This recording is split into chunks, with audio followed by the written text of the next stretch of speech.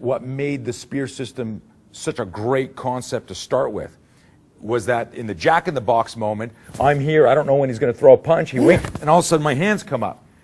For me to start aiming for a nerve cluster on purpose means I had to know that he was going to throw a right, because if he throws a left, I get hit. Y'all follow that? That is why cops lose close-quarter fights.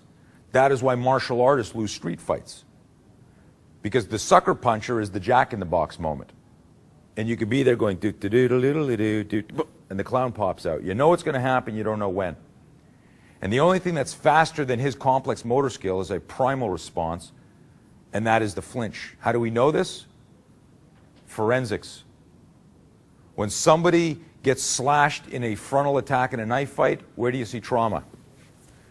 Always on the hands and the arms. What about a frontal, like execution-style shooting? Where do you also see if the hands aren't tied? So suddenly Tony goes to shoot me in the face, and I get this really fast. So we got good news and bad news with that, we always tell people. Good news is the flinch is faster than a speeding bullet. The bad news, it doesn't stop the bullet, okay? But let's take it out of the fighting realm. Car accident, someone goes through a windshield. No seatbelt. Where's their trauma? Hands again. Conscious neuromuscular communication is slower than unconscious neuromuscular communication.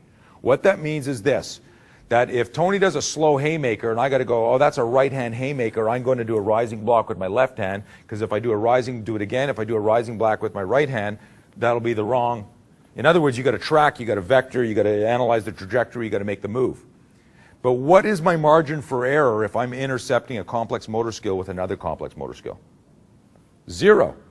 Because if I'm early, it looks like this, and I go, I was faster than you, but I get hit, right?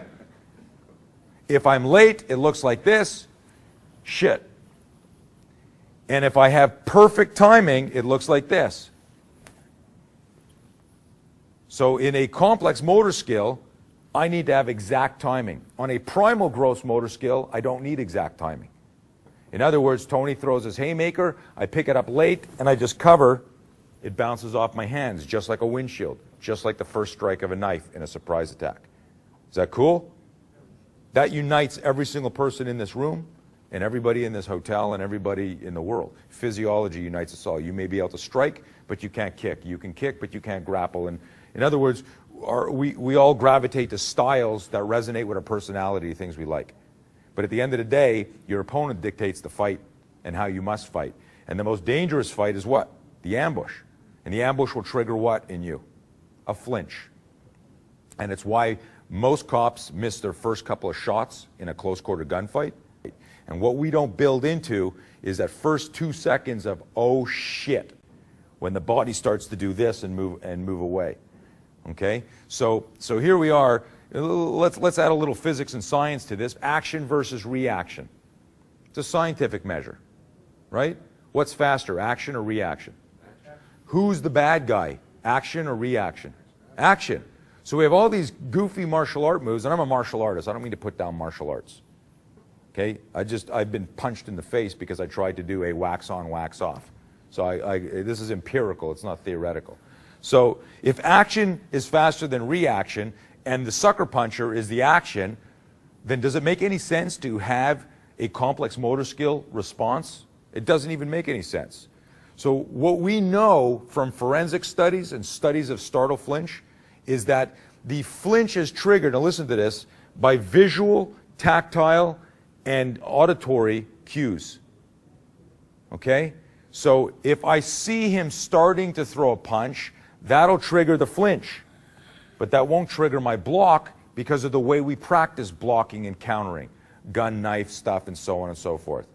When you practice in your martial arts school, in your boxing gym, in your academy, what stance, when you're practicing defense against a right hand to the face, what stance are you in? But the point I'm making here is this, is when we learn how to punch and counter, aren't we in fighting stances? Well, what this does is this negates the development, the true development of pre-contact cue awareness. How ridiculous would this be? Here's the suspect, he gets out of his car and he's in a boxing stance, and I walk up and I go, well, what do we got here? Sir, you're under arrest, you know? You would never do that, right? But you might walk up and this guy's thinking about sucker punching you. You have no idea because you don't hear the clown music. And he's just standing there like this, and you walk up and you go, well, what do we got here? Boom. And then that happens.